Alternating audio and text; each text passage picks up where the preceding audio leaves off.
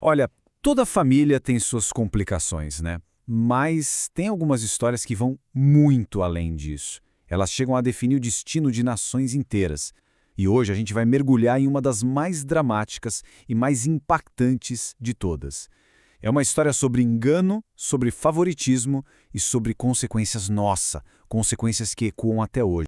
Para começar, vamos direto para o momento de maior tensão. Imagina só a cena. Um pai, Isaac, já bem velhinho, cego, ele está ali totalmente confuso, ele escuta a voz de um filho, mas quando toca, sente que é o outro. Ele está prestes a tomar uma decisão que não tem volta e tudo depende dos sentidos dele que já estão falhando. E é aqui que fica a nossa grande pergunta. Como é que uma mentira, uma única mentira dentro de uma família, pode ter um impacto tão gigantesco a ponto de mudar o curso da história? É exatamente isso que a gente vai desvendar agora, analisando o que estava em jogo e por que essa história ainda fala tanto com a gente. Ok, para a gente entender esse drama todo, primeiro a gente precisa conhecer quem são as pessoas envolvidas e, claro, qual era o prêmio que todo mundo queria.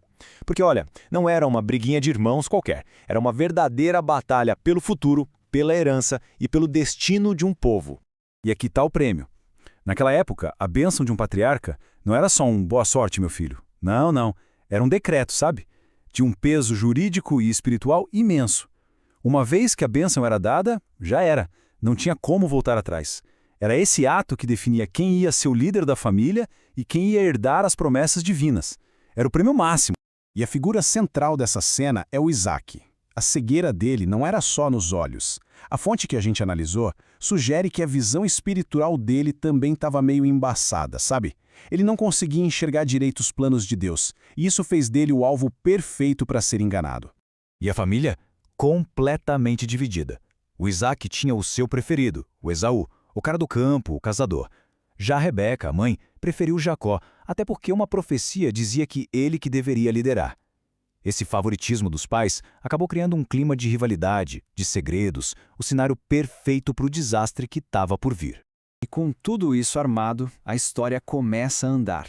E o mais curioso é que a grande arquiteta do plano não é o Jacó, é a mãe dele, a Rebeca. Ela resolve tomar o destino nas próprias mãos de um jeito, digamos, bem ousado. O estopim foi esse aqui. A Rebeca escutou, escondida, o Isaac pedindo para o Esaú preparar uma comida especial para ele poder receber a benção. Na hora, ela ligou os pontos. Ela sabia da profecia que favorecia o Jacó. Mas em vez de confiar ou tentar conversar, ela partiu para a ação. A intenção dela podia até ser boa, mas os métodos eram bem questionáveis.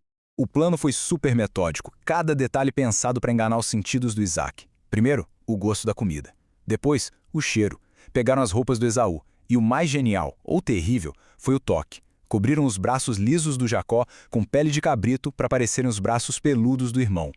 Mas olha só que interessante. O Jacó não estava totalmente convencido, não. Ele ficou com medo, ele hesitou, ele sabia que o risco era gigantesco. Não era só o medo de ser descoberto. O pavor dele era, e se em vez da bênção eu acabo recebendo uma maldição? Ele tinha total consciência do perigo.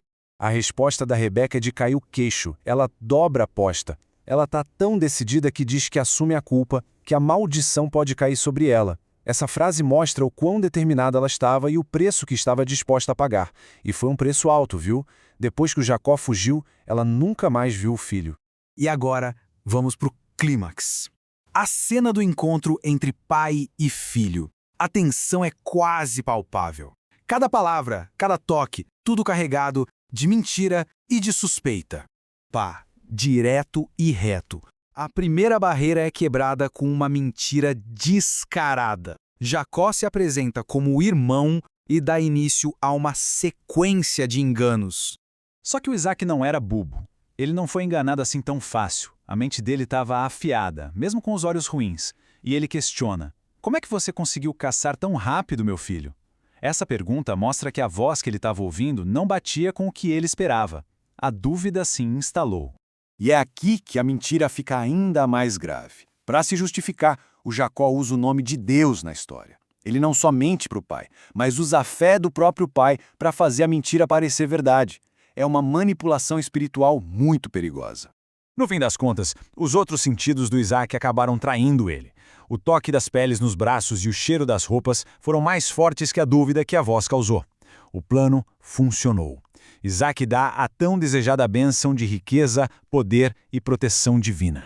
Só que o sucesso dessa fraude durou muito pouco. A verdade sempre aparece. E quando ela apareceu, o estrago foi devastador para todo mundo. Mal Jacó saiu, o Esaú chegou. A verdade veio à tona e dizem que Isaac tremeu da cabeça aos pés. Mas mesmo sabendo que foi enganado, ele confirma a bênção. Eu o abençoei, e abençoado ele será. As palavras dele não podiam ser retiradas. Estava feito. Para a cultura da época, não existia ops, me enganei. A consequência foi brutalmente clara. Jacó ficou com a promessa de riqueza, de poder e de liderança. Já o Esaú, coitado, em desespero, recebeu o exato oposto. Uma vida de luta, de escassez e ainda por cima teria que servir ao irmão. Dois destinos completamente opostos, selados num único momento de engano. E o resultado? A família ruiu. O ressentimento do Esaú virou ódio a ponto de ele planejar matar o próprio irmão. A mentira não trouxe vitória nenhuma, só trouxe ódio, ameaça de morte e separação. Jacó, o suposto vencedor, teve que fugir para não morrer. Aquela família nunca mais foi a mesma. E aí, diante de tanta confusão, de tanta falha humana, a pergunta que a fonte nos faz é: tá, e Deus nisso tudo? Como é que um plano divino consegue se realizar no meio de tanto caos, de tanto erro? Essa análise do texto nos deixa umas lições bem fortes. Primeiro, que os planos divinos acontecem mesmo com as nossas falhas. A profecia de que o mais velho serviria ao mais novo se cumpriu. Segundo, os fins não justificam os meios. A mentira de Rebeca e Jacó custou décadas de dor e exílio.